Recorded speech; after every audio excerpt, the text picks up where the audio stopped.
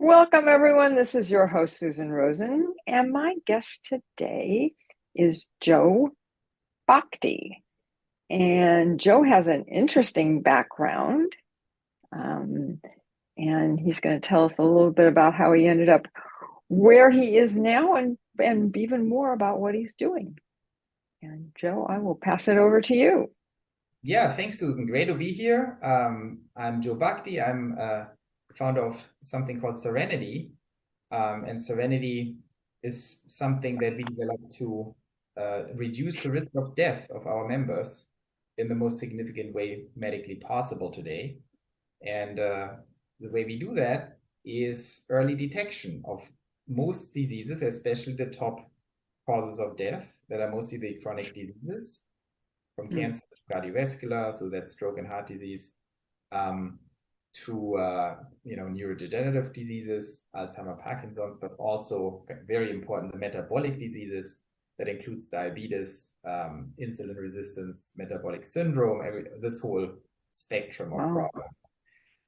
And Serenity basically came out of my work at Quantgene. So I also founded Quantgene, which is a genomics company. And our mission there was, we started that back in UC Berkeley in 2015. Our mission there was to develop the first blood test that detects multiple cancers early stage in the blood. And maybe you've heard of these new tests. So that became very clear back in 2015 that there's a pathway to make this happen. Quantgene was one of the leading companies doing this, or still is. It was an interesting journey that was, full of great successes scientifically and medically, not so great on the business side for everyone involved. Quantgene is still here, but there were many competitors in this space. Everyone understood now is the time to do this. And then all of us ran into this big problem called the healthcare system, where you have this amazing thing that you invent something that is absolutely life-saving, and then the entire insurance system and Medicare doesn't like it. Not the FDA. The FDA is like the least problem. It's really the payers who say like, well, what are we dealing with here? We have a preventative test that could be game-changing in cancer and would be used by the entire population over 40 or something. That's horrible because we don't have the money to pay for it. We don't care if everyone dies or not, that there's just no money. No one says that in public, but you can feel the resistance. And so, the way to handle that in the system is to say, well, we need more data. Every time people say they need more data, when the data is pretty clear, that just is code for we don't want to pay for this thing. Can we push that down? Can we kick the can down the road? If you can force us paying for it, which we can probably based on the data, then please force us in 20 years, not now. And so basically that's what's happening on these liquid biopsies, and all our competitors are the same problem, right? And they're trying to now wiggle it down to, can we maybe only detect colon cancer in the blood and leave the rest out because it would be cheaper. So that's happening. So that's coming faster, but also basically this whole technology is now being used for the one case where it's probably the least important, because in colon cancer you have good early tests. The blood test still would move the needle a lot. But what about kidney cancer, liver cancer, leukemia, lymphoma, like the whole spectrum of other cancers that are not being screened for? That's where it would shine the most. But it's also the most complicated to get approval for that, to get reimbursement for that. So the bottom line is that was an interesting operation. And what we learned is the only way to make the future of medicine happen is through self-payers. Patients have to pay out of pocket for it, or employers, or someone who's not an insurance company. Because in preventative care, you have kind of a Goldilocks moment for self-payers, because it makes a lot of sense for a patient. The patient has the biggest interest of not getting sick, whereas the insurance company truly doesn't care. Because of how long you stay with an insurance. So if they know in average you stay 3 years, why would I care if you get sick in 4 years? Like, I don't care. Unfortunately, very bad. Yeah. That's what it is. And so there's no real incentive to pay for preventative care if you really look at the facts behind the scenes. But for the patient, it makes a ton of sense. Right? You rather spend less money and to not even get sick than more money when you get sick. And the mindset of patients also is changing a lot. They understand more and more, okay, I can't just trust my insurance company to take care of me. Yeah. Or even Medicare. I mean, they also have other problems. So, Oh, yeah.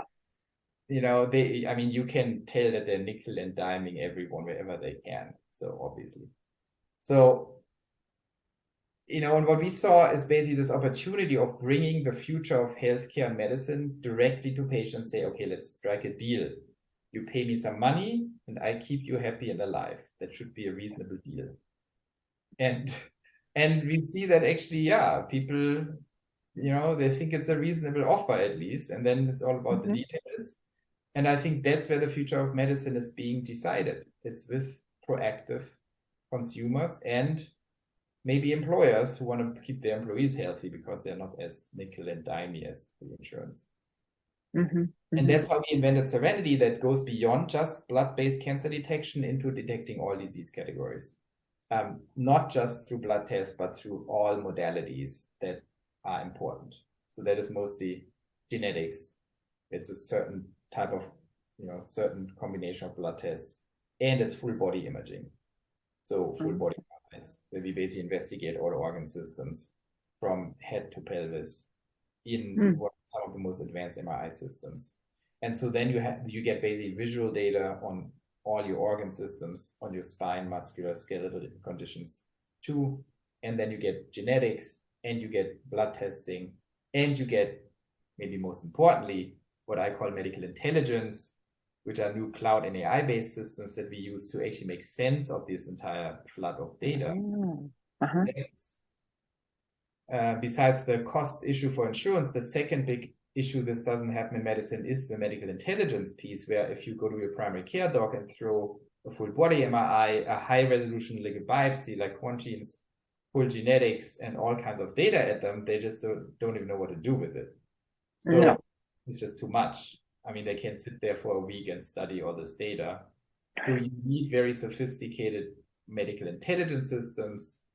And I think that might be the centerpiece of Serenity in terms of why we can deliver that at reasonable costs.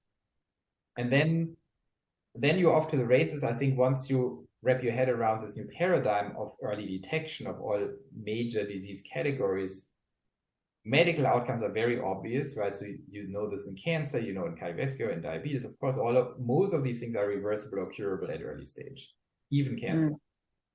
Just look at the statistics. Stage 1 breast cancer, 99% survival rates. At stage 4, 9%. So, of course, early detection is key.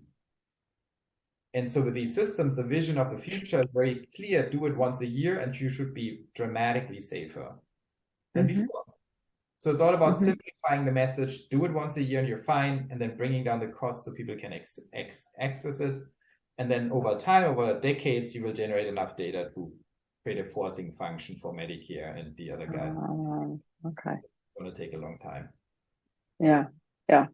No, that makes a lot of sense. I would think that most of the normal doctors, in other words, not the specialists and stuff like that, would be very welcoming of that degree of information for them. Well, is that not necessarily true? Is it too much for them? It really depends what doctor you are talking about, right? So, okay. Because unfortunately, the system has created a problem for doctors that is enormous. And that problem is that doctors they don't have time, they don't get paid enough, and they're being tortured with bureaucracy. So 50% of a doctor's time is just bureaucracy, which is ridiculous. And so a normal doctor, let's say Kaiser Permanente or something, they're forced into that system and they simply don't have time. And once doctors don't have time to deal with their patients, they don't like what we're doing because we're just creating more time. Time hog. Yeah. And so they tend to not like it because when you get some results from Serenity, you need to take the time. You need to take an hour to talk to our physicians. You need to wrap your head around this new system. So the people who like it are mostly concierge docs. So concierge. Okay. Every doctor who's in the business to impress their patients with superior medical care is a big fan. Every doctor who's in the business to get the patient out of the office ASAP hates it. So that's really what's going on, right? So either you're a doctor who really needs to show to their patients that they are doing the best they can. These doctors obviously love what we are doing and their partners. But then there's a big chunk of doctors who just wants you to get out of their office, and they don't like it because we are making their life harder. Yeah. So that's how we kind of stratify the two types of primary care doctors. And it's not to blame anyone, by the way. I mean, what are you going to do if you, I mean, it's numbers. Exactly. It's all numbers. But there's still like thousands or tens of thousands of doctors who fall in the first category, right? There are many doctors who are in the business of delivering superior care to their patients. Of course, a small fraction of all doctors, but still 5% or something. It's still. Yeah. No, absolutely. Well, and there are some even insurance companies that are on a little higher level, right? Yeah, they're trying to also say, I mean, mostly innovative insurance companies, smaller insurance companies, like everyone who is trying to make medicine better and impress patients with superior care is our friend. And everyone who's about get these patients out and don't spend money on them is not our friend. So that's kind of how it looks like. Yeah. And, at some level, I feel kind of sorry for the doctors that are working at some place like Kaiser and other, and I can say that because that's where I go. So I know I have firsthand experience. But a lot of them went to medical school because they really did want to help people. Yeah. And then they get in this squeeze where they're still trying to help people, but they can only do it within this box that's there. It's all like a little bit of so every time you disconnect in a system the interests of the provider and the client, you create many problems, right? This is like central planning problems. You suddenly have a third party involved who plans your life and the physician's life, who has no interest in either one. And that's why, in the end, free markets turned out to be more effective in nearly all areas, because if I do a business and you want something from me and I ask you for a price, you ask me for a product, we have a deal, right? That's and right. if you don't like the deal, you want to walk away and say, these people are stupid, I'm not going to talk to them. So that puts a lot of accountability on everyone. Once you have a third party involved, it all goes downhill. And of course, in medicine and healthcare, there are reasons why we need it, because what if you can't pay? What if you're like incapacitated? So all these things in medicine. So in acute and reactive care, what are you going to do? If you have an accident, you're unconscious, you can't negotiate prices, right? So that's very complicated. But so I'm not going to say I have the solution for all healthcare problems, but then you see where the real life-saving action comes in medicine, where most of the lives can be saved nowadays. It's all in prevention and early detection. Yes, and absolutely. The advantage of early detection and prevention is there you can have free market mechanisms, because you're in full conscience, you're healthy when you make these decisions. You're not in a incapacitated like situation. And so that's why I believe free market systems can actually work in medicine in prevention and detection, because everyone is in full power, right? And that's actually where the money is for the system to reduce costs, where health is for the patients, and where real technology can be deployed that's not being deployed. So that's why I love that space. So I want to bash the downstream medicine. Someone has to take care of acute cases. But it's better to make sure you're not even becoming an acute case. Right. And I think that over time, that a lot of the large healthcare providers, and I use the word loosely, will start to see that it is price effective to use your guys' product, because overall it's saving them from having to take care of and spend the money you Yeah, know, if a they year or are, even 2 years down the line. if they're incentivized like that, yes. So Yeah. if they would be in charge of you also in 2 or 3 or 4 years, or Hmm. 5, 6 years. Yeah. Uh, so Medicare is probably, they have other problems, but they have a long-term horizon. That's the big advantage of CMS. Yes. That's why private And, insurance, and getting longer.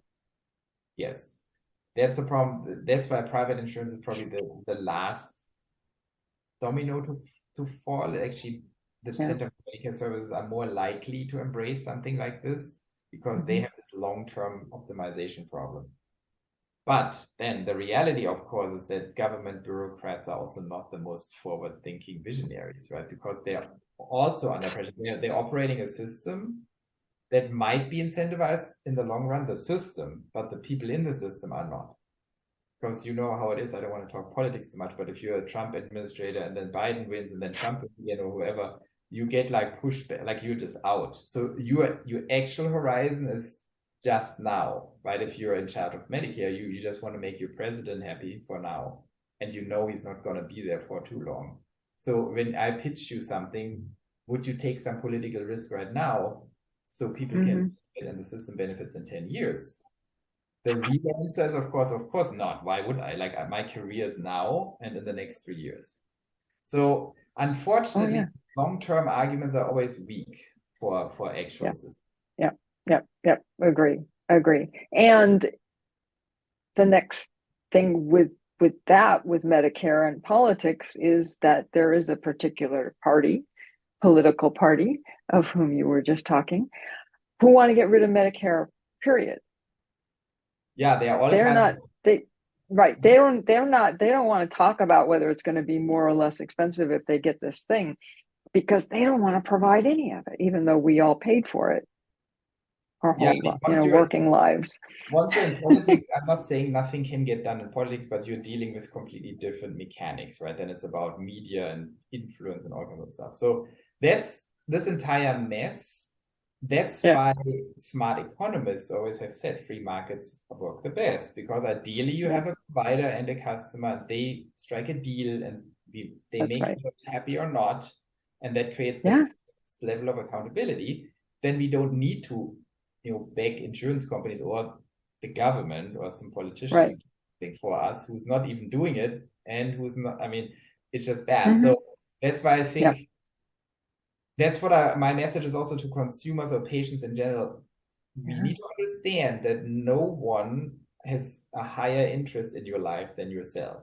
And so you should really own that problem and not trust anyone to just, Thank you you. should deal with your doctor or your provider like a Mm-hmm. business partner, like when you buy a car.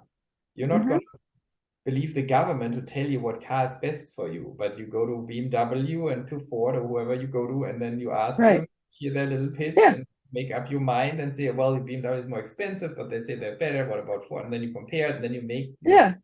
Yeah. You're Yeah. not lying Exactly. to your insurance company who pays for your car. That Right. would be not a good idea. Right. Right. No, I agree. The insurance company doesn't really want to tell you that anyways. They just say, tell us what you bought and we'll insure it.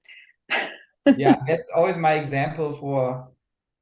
And I know, like, normally I talk more about the medical piece of it, but it's important to Uh-huh. understand these incentives. And I always, when it comes to health insurance, just imagine that system in any other area of your life.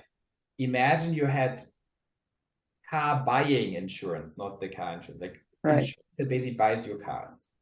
And the insurance says, well, you pay me $1,000 a month and Mm-hmm. you get 3 cars. It's amazing. But I determine what car you get. That's healthcare. Okay, why would you pay them 1,000 a month so they decide what car you get? And do Right. you would get the same value as paying 1,000 a month, which is a lot of money for a car? You would get a very fancy, you get a Tesla. They would probably give you something much lower and say that's the best. We determine that's the best for you.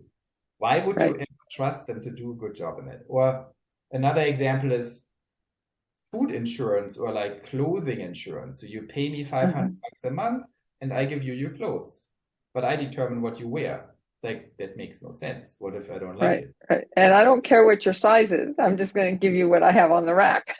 Of course, I tell you I care, but I promise you all kinds of great things, but then you get it and it's like, why does it not fit me? Like, well, we determined it's the best Yeah. fit.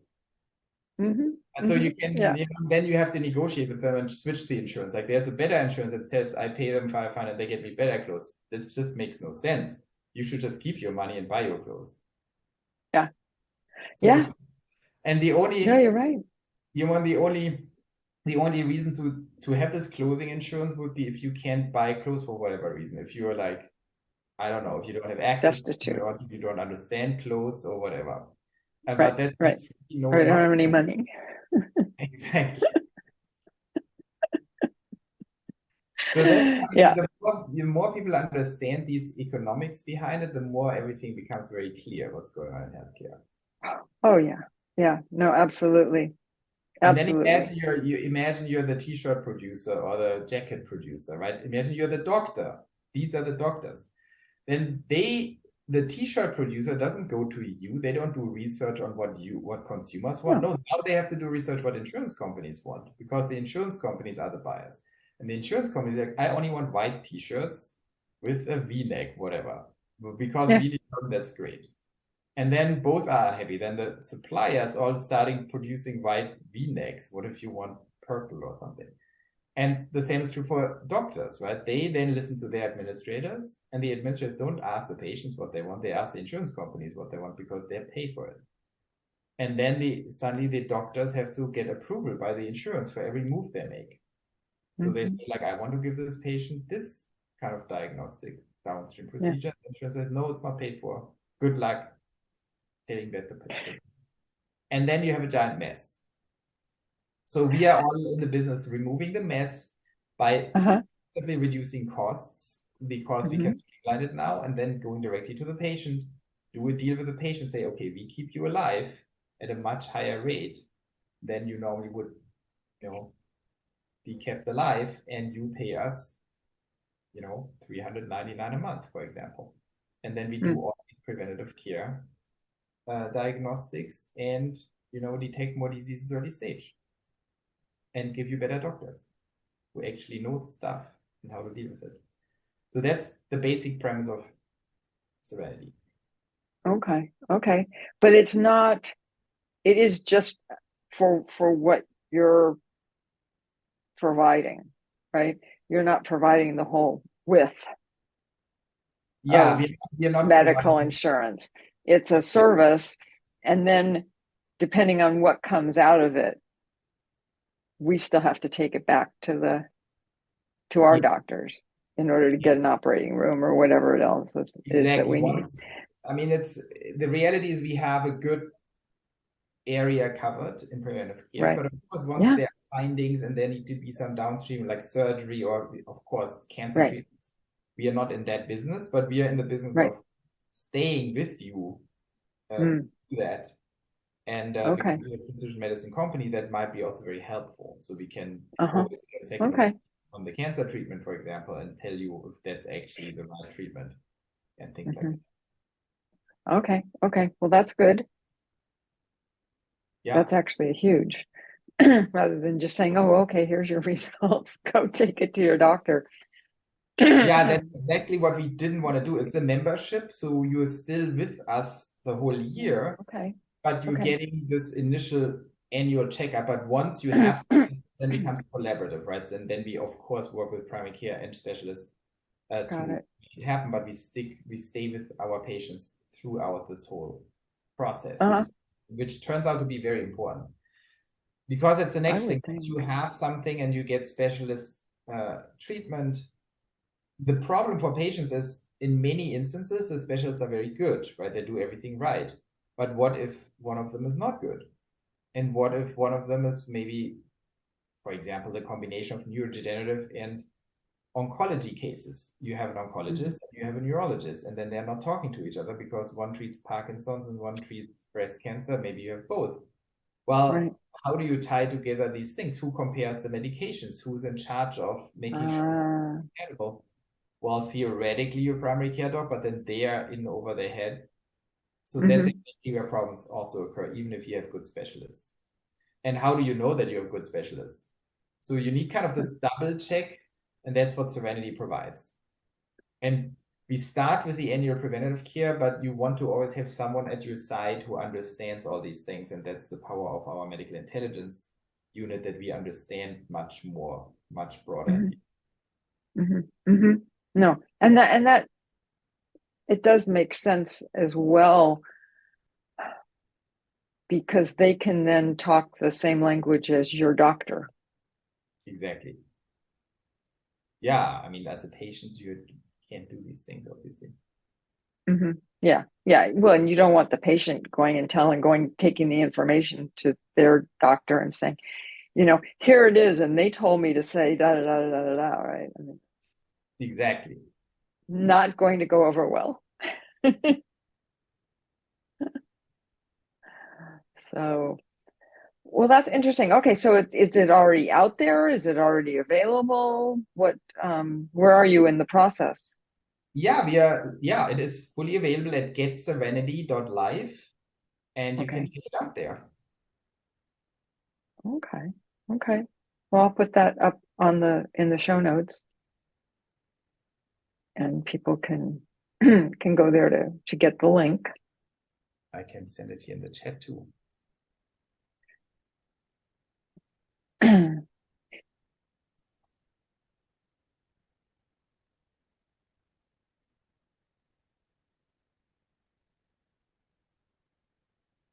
There we go. Okay. Yep, in fact, it just took me there, which is not what I wanted to do. Okie dokie. Oh, it just brought that up. Okay. Unfortunately, I'll copy that before I close this thing, because then the chat goes away. But that's okay. I think I can remember that. Getserenity.life. Yeah. So that's very intriguing, the whole idea of it. I mean, it sounds great. I'll have to watch your progress and see. I don't trust all the outside forces. Yeah, that's always my mantra, right? You need people who are at least committed to helping you, and the deal behind it needs to be a good deal, right? It needs to be, you pay us, we provide service to you, and that's it. There are no other forces in here. And I think more and more people actually wise up to this whole situation. It's not a big secret anymore that something is wrong, or like very fundamentally wrong, on the incentive level. And now, because of the latest advancements in AI and in genomics, and in imaging, we now are at the precipice of really absolutely transforming medicine in terms of what it can do. And so we're on this crazy innovation trajectory now, specifically with AI, where we can just do so much more per doctor or per specialist we have. And that brings down prices and increases the power, the medical power we can, employ to defeat disease. And if there was ever a time where it makes sense to start spending your own money on preventative care, it's now, because you get very exponential returns.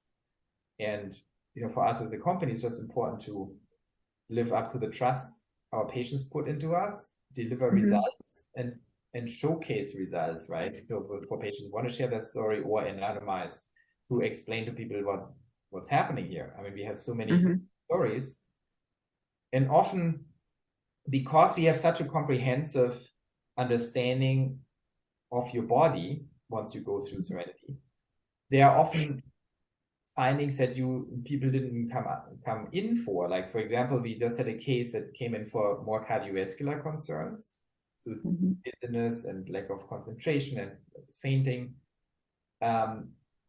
And we took care of that, but it turned out to not be the biggest problem. But we very randomly in the full body MRI found prostate cancer. Oh, wow. And a very serious, that was a pretty progressed form of prostate cancer, but he had a low PSA, right? So, I mean, the actual standard screening test for prostate cancer was and we just saw it. Like, once you do that, you see it. And like, wow, that's bad. And then the liquid biopsy delivered some more genomic insight that could, no one knows what would have happened if he wouldn't have detected it, but it's not good. Yeah. It was clearly on Yeah. its way to being a big problem. And so we have many cases like that where, and once you do your full body MRI the first time and also see your genomic, variant detection in the blood, the level of precision and data is just completely new. It's like, looks like out of this world to a conventional doctor. Uh-huh. And I mean, I do it every year, obviously. And I mean, for myself, I also found things that I didn't expect, right? I had like beginnings of a fatty liver, for example, and I'm pretty healthy. Ah, okay. I don't know if that was COVID related or something, who knows? But I Yeah. have 16% enlarged liver, all kinds of problems. Wow. And I wasn't in good shape in my opinion, but these were all findings. I mean, I wouldn't have had symptoms for another 10 years or something on that. But once you have symptoms, it's super bad. You're on your way to cirrhosis, that can get liver cancer. You have metabolic syndrome, all kinds of problems can come out of that. So you just want to see that. If I would tell someone like, oh, did you know you have a 16% enlarged liver with fat deposits? And they thought they're totally healthy. That's like a shocking thing. Yeah. And then, of course, you have two types of physicians. One physician is like, yeah, this is overdiagnosis. There were no symptoms. The patient's totally fine. It's like, well, it's called chronic disease. They're not fine.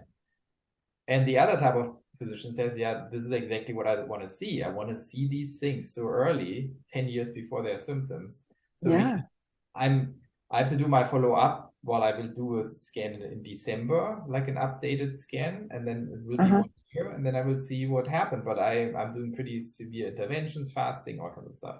So, I mean, once you go through it, it's just, it will strike you as absurd to not do it, right? It's basically, do you want to see everything and know what's going on or not?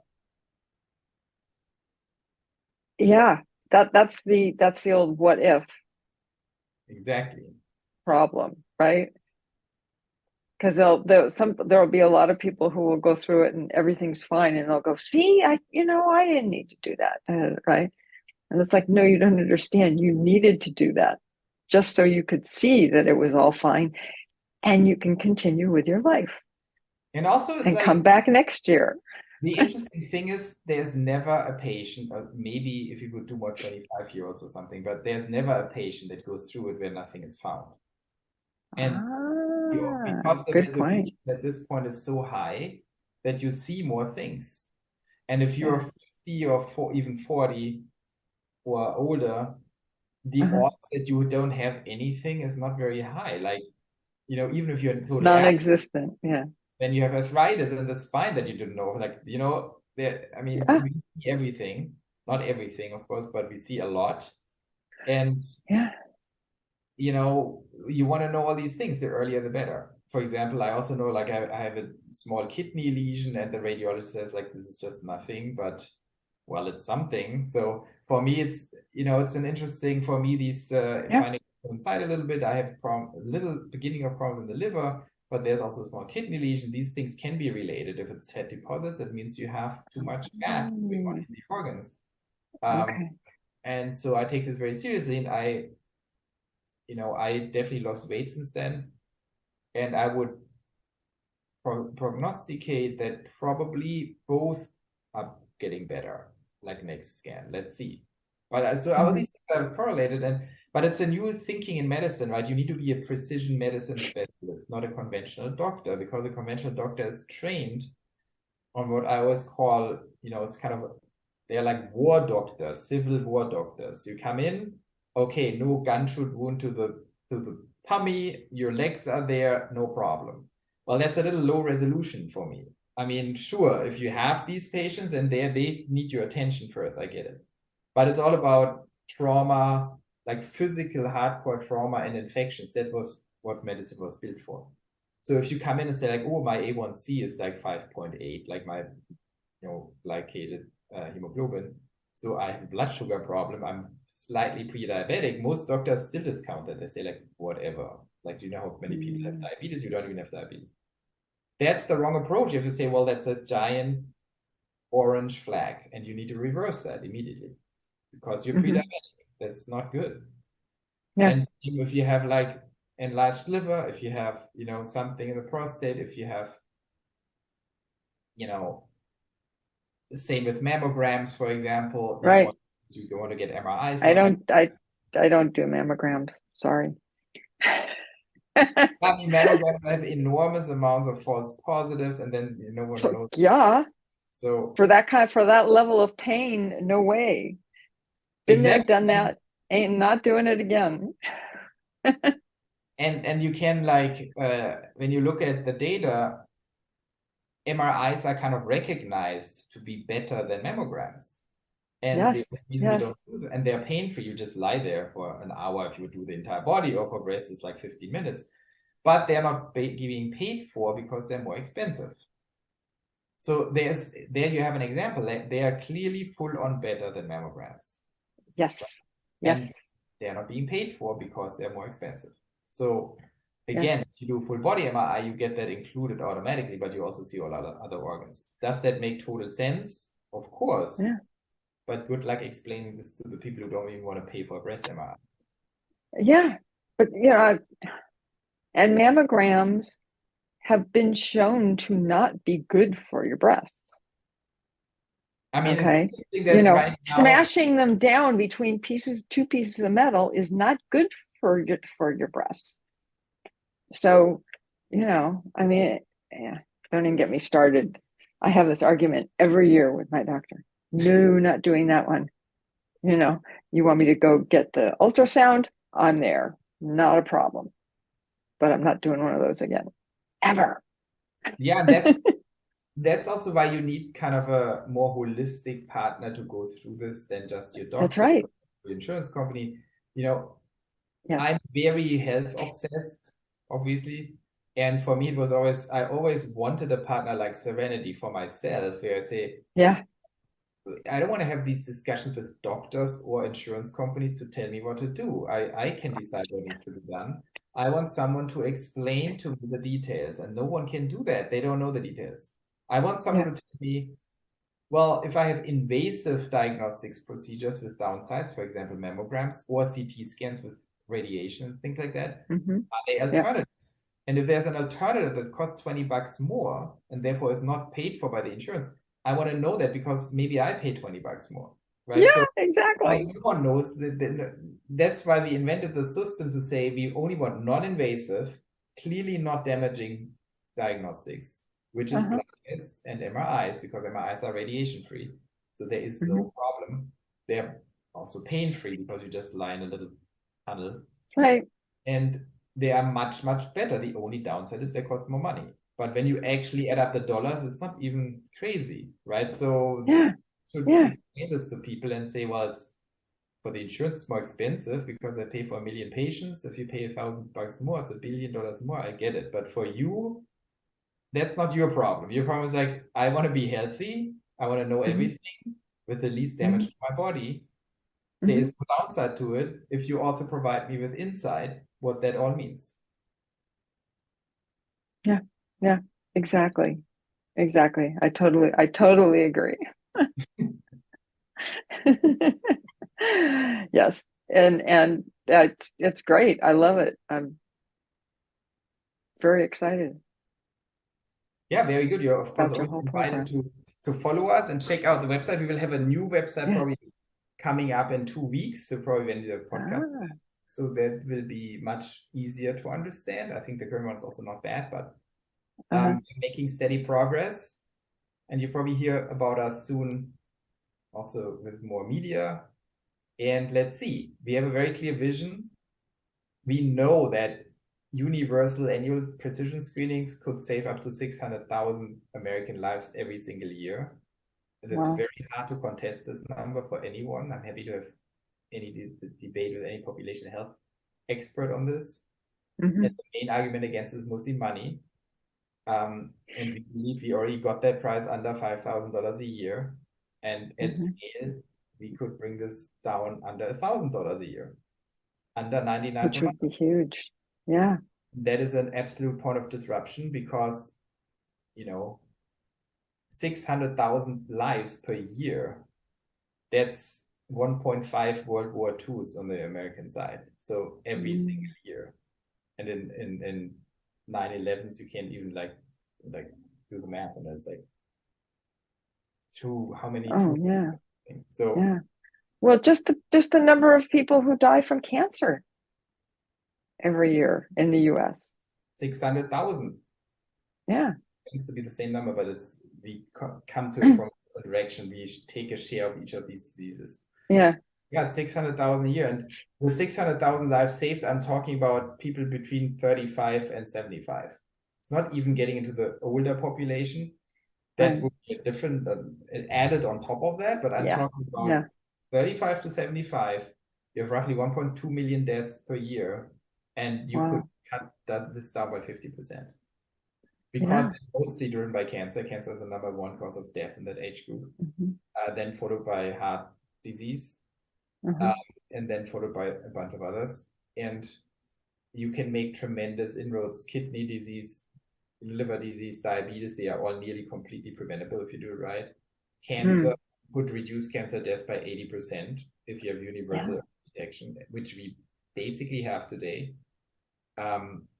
That doesn't mean you detect every single cancer, but you detect a very big share of cancers, especially if you do it annually. There's all this math that we know that what's called the dwell rate of early stage cancer is probably 3 years before it becomes late stage. You have this thing for 3 years where no one sees it. So that is your opportunity to detect it. And heart disease is even easier. Like we know, you should detect sclerosis and other problems, calcification, much earlier than we do because we don't even look technically. So we just look at lipids, which is fine, but you should look at calcification, which you see in the MRI. So diabetes, I mean, that's super easy. You just do A1Cs, which also no one does on a regular basis, which is also absurd, right? If let's say you need to be overweight and have other conditions, this test costs $13. You can afford $13 a year to detect pre-diabetes in more people. Yeah. So all of these things, but this is what I mean. In the end, it's medical intelligence to know all these things, to put it together in a package and call it serenity. That's why we call it serenity, because it's so threatening and disturbing and complicated that it's the opposite of serenity right now. So what we want to say is that here's a button, you can buy it, and you get peace of mind that you do everything you can to knock this risk down. So that's our bigger vision, in terms of numbers, but the bigger vision in terms of experience, that's the future of medicine. It's serenity. You know someone's watching over you, and that's also changing continuously, like with all kinds of new technologies coming out all the time. Yes. Someone just you need a partner who has that under control, who says, Susan, we got you covered. Yeah. And then you can rely on them that they actually have you covered. So that's very important. Yeah. Oh, absolutely. And the other thing that kind of came to mind for me as well is when you were talking about that is that, people who are 35 or 40, right, think, oh, I'm only 35 or 40. It doesn't, I don't get cancer. I don't do, and they're the ones who, if they do get it, it goes a lot faster because their bodies are so much younger and so much better at getting it through your whole body, right? Exactly. You're totally right. It's like Google colon cancer and trends and younger people. I mean, there are 29-year-olds with colon cancer, and it's super dangerous. And I mean, obviously, once you hit 40, everything becomes exponentially more risky or likely to happen. But we see a lot of disturbing trends in cancer towards younger people, even in their 20s. So and that's why even standard of care has certain screenings in your 20s, like pap smears and things like that. So of course, after 40 is where it becomes really interesting. But if there is no reason to not do it in your 30s. I think it's just a question of preferences. Yeah. I just know, just even from my own experience, right? I mean, I never thought I'd have any kind of problems at that point. Oh, so, which I didn't, knock on wood, luckily. But I know people who did, I know people who passed on because they didn't go in at the appropriate time, even to get it looked at. So. Yeah, absolutely. I mean, it is definitely giving me peace of mind when I do this, both on the genomics cancer detection side, when you see your mutations in the blood, how bad like, Mm. and then the imaging is just, you know, you can be basically guaranteed you have no major tumor in the body if it comes back negative. That's good to know. And then you see all these other little findings. I mean, I saw, for example, I have a little more arthritis than I should have in the lumbar spine, much more actually. So that was bad. I knew I had back pain, but once you see it, it's like, oh yeah, there's more deterioration than I should have for my age. Okay, Yeah. we need to, and that informs my behavior, because now, okay, let's be a little more Yeah. cautious, do a little more physiotherapy or workouts or exercises for the spine, which can never hurt, but you don't have the Mhm. motivation if you don't have concrete data on it. So it's not always cancer. It's also like, No.